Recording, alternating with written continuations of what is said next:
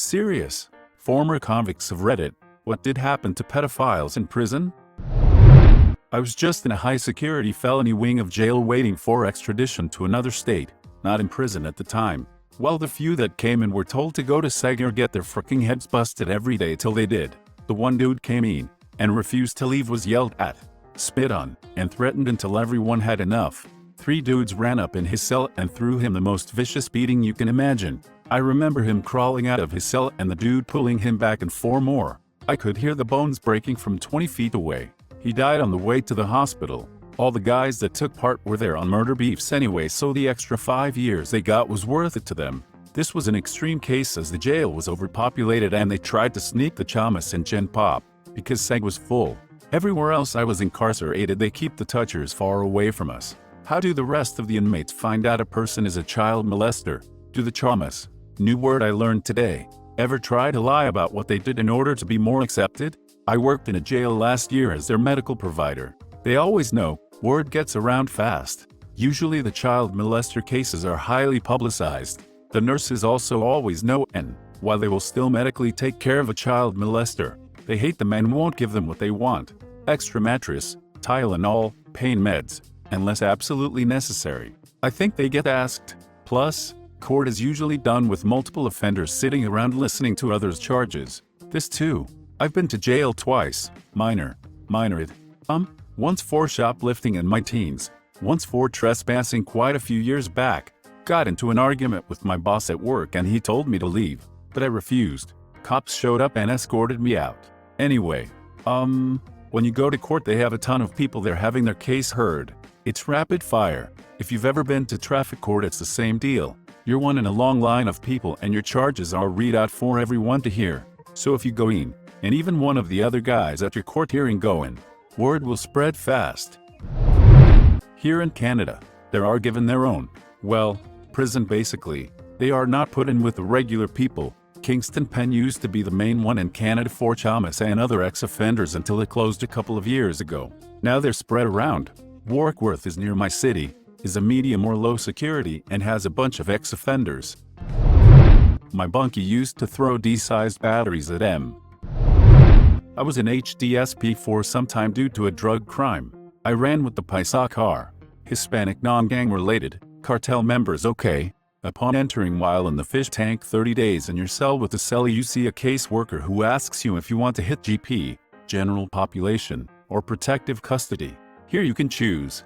If you're stupid, molested a child and select GP the moment your stay in the fish tank is over you are moved to the level 3 yard. Once in level 3 your cellie will ask you your PSI, pre-sentence investigation report. This will have your crime and if you talk to the cop CCT, this paperwork will be handed over to the key holder, the leader of the car. If you're clean no issue. If your paperwork is dirty for molesting a child etc., they will tell you it's okay, we all make mistakes CCT. In the background we are planning to take you out. For us it was either pay the Southsiders to clean our mess or we can keep it within the Paisa car. HDSP is in the desert and the yard is covered in rocks. We would wait until chow time, dinner during winter, breakfast during summer. When we had cover of darkness walking to the chow hall we would have planted a special rock. Nearing said rock the line would lose its form and the selected person picks up said rock and slams it against the person's head as hard as possible. Normally person would drop, bleed and we continue as nothing happened. Throwing away used rock. If the person would not drop back, 1 and 2 would either start beating up the person. Really depends on how bad they fricked up. If it was a true frick up a shank would be used. In 2 years only saw this happen 2 times, none by the Paisas, but by the Southsiders. This is the second time I've heard of size being used to target inmates. Why do they still get left with inmates if they seem like such a core tool and acts like this? When you hit the yard the inmate is asked for the PSI. If you don't have it you are given a few choices. You can call your family to get a copy of it.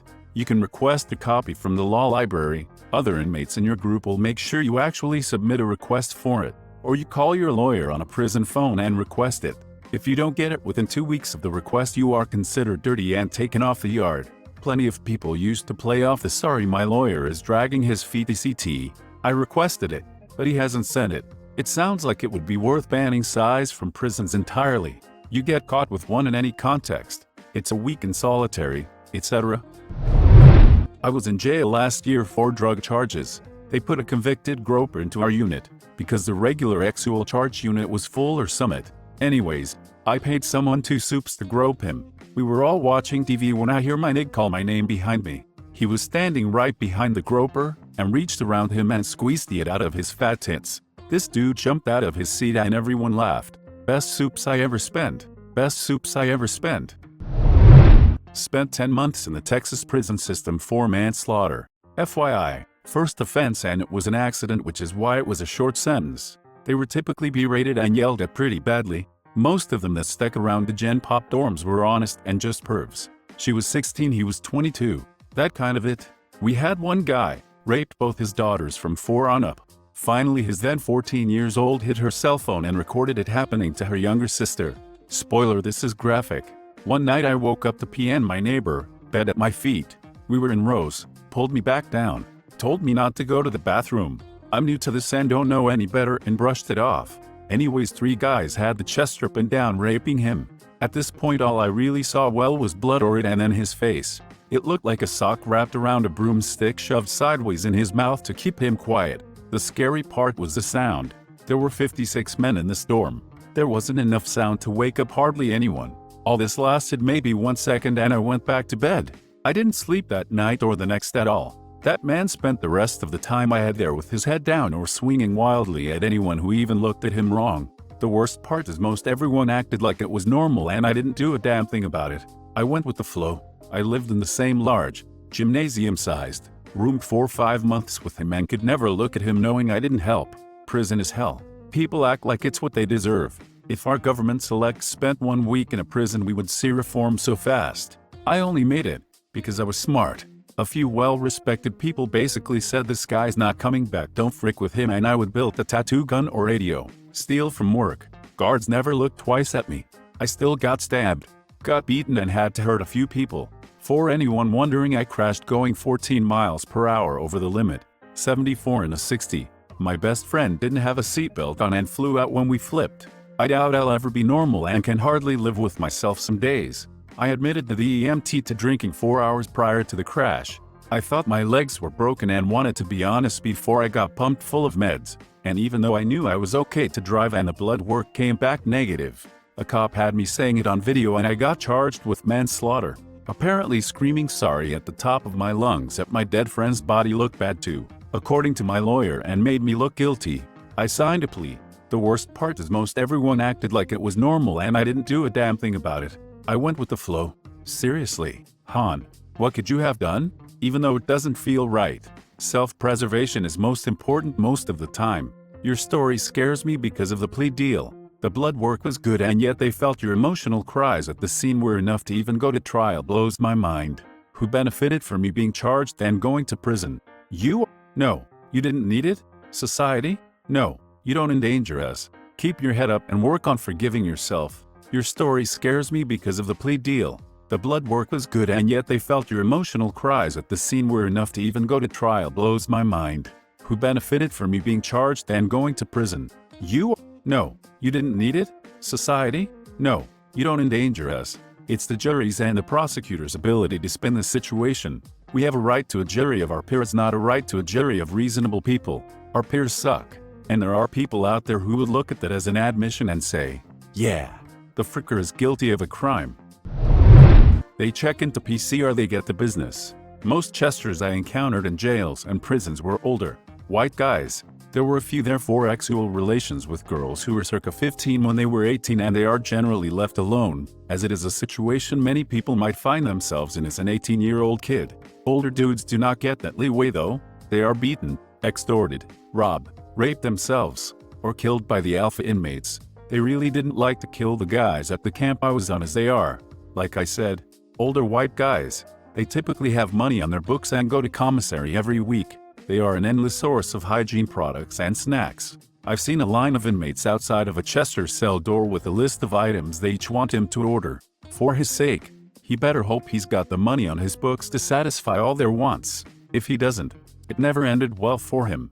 At a county jail I was in northern VA circa 1997, they would bring food carts up to each block with the appropriate number of trays, drinks for each inmate to receive one meal. It wasn't exclusive to Chester's. But if you saw a guy grab 2 trays back to back through the food slop, you knew someone either A, wasn't going to eat because of their crime, or B, they were put on a diet, because whoever grabbed 2 trays thought that person was itch. Normally though, they would announce to the rest of the block whose tray they were taking to alleviate any potential confusion in case one of their boys was the guy going without. Funny part is, most people didn't even eat the food. They waited until everyone had access to their boxes. We were locked out of our cells in the day room every morning at 7:30 and made burritos, ramen, chips, meat, cheese, etc. for dinner. COs know what's going on. They don't really seem to care though. I guess overall they get it the worst. A lot of guys are there to do their time and go home, or do their time as drama-free as possible. All bets are off though when it comes to Chesters. I kind of felt bad for them, to be honest. What makes him so much worse than me? Sure, I didn't molest kids, but what makes their crimes of murder, armed robbery and rape any less life-changing or traumatic for their victims? I did see a Chester beat the absolute dog out of 2 guys in his cell one night though. That was pretty rad. Dude was like 26. Girl lied and said she was 19, 15, and he got some time. He ended up throwing one of them off the Toronto table in the day room. I never root for ex-offenders per se, but that was frickin' awesome. Federal prison. Edit. Guys, please slow down with the hateful PMs. My accounts may be anecdotal at best. This is from one specific maximum security federal prison. There are so many different types of jails and prisons with varying levels of security and huge variables in population type. Obviously, what I experienced doesn't mean that every single other jail and prison is like this. When you first get there, your counselor will ask you if there's any reason that you can't walk the yard or be in general population. This is usually where you make the decision to do your time in the SHU all alone, or take your chances out with everyone else. You do need to have a good reason though: child molester, gang issues, there's a hit on you from the last place you stayed, you're a snitch, etc. When you get settled in, the shot caller from your race will approach you. You're told something like this: you have 1 week to get us your paperwork so we can make sure you're not a chamo or have no Rule 35s. If you don't provide this in a week, we'll kill you. Here's a toothbrush, some snacks, some soap. Let me know if you need anything. Chamo equals child molester. Rule 35 equals reduced sentence for snitching on someone. So, you show them your paperwork, and if you're clean, you're good to go. If you don't show paperwork, or you're not clean, you will be killed within the next week. For some reason, new guys do not take this seriously. They either don't produce their paperwork, or they actually produce it knowing that there's less than desirable stuff on there. What happens to them? Stabbed 27 times all in a matter of seconds. Face, head stomped on so hard until it just cracks open and gunk leaks out. Mouth, jaw shattered with a pool stick or pool ball. 2 guys killed in about 60 seconds by a tiny Mexican holding just a bocce ball. Native Americans pretend like it's all good. 10 of them go into the sweat lodge for religious reasons. Only 9 come out. 10th guy had a clean gash in his head from a shovel. Cellmate hung the guy with a bed sheet to make it look like suicide. Why do these guys take chances with trying to be in general population? Because the SHU sucks. You're by yourself. No TV, 3 showers a week. No access to things like the prison barber, limited access to phones, video visitations, constant video monitoring to prevent suicide, and every 18 months they ship you to a new prison. If you're looking at 40 years for child rape, that can be a long time to live in those conditions. Sometimes guys will stay in general population knowing that they will get killed simply because they don't want to be there, but can't commit suicide in the SHU. Pool stick, pool ball, bocce ball, shovel, sweat lodge? What the frick is this, a prison country club? The pool ball thing. I've heard that exact story. I used to work with this black guy from Chicago. He was this big fat guy, like 350-400 pounds, and looked rough as hell, but was nice as could be. I was just a college kid at the time and working in this warehouse, so I tried to be nice to all of them. One day the big fat guy asks if he can get a ride with me at lunch. Most of the people ate there, but I'd usually go to the gas station. Anyway, he was missing all of his teeth on his left side. All of them, top and bottom. As we were driving, I kept looking over at him, so I asked him what that was about. He told me how he was from Chicago and spent 5 years in prison. One day when he was in there, they were playing pool and some new guy snuck up and hit him in the side of the face while holding a cue ball. Bewildered, I asked him what happened next, and he told me that he'd been beaten unconscious and he woke up a day later in the hospital bed. And then what? I asked him. He goes, a few days later, I caught him in the gym, and I hit him in the side of the face with a 5-pound weight. broke every bone in his face. Again. I ask him, and then? And he tells me after that, me and him became best friends. We're still friends to this day. Yet, I decided against prison at that point. I was a holdover once and was only locked up for 25 out the 30 days I was given. Since I wasn't threat, I was moved after the first day to a more suitable pod. I remember they didn't let them watch TV or join any activity. Thanks for watching. If you enjoyed the video, please smash the like button and leave a comment which story you liked the most. Subscribe and hit the bell notification for updates on our latest videos. And don't forget to check the links in the description box for more awesome content.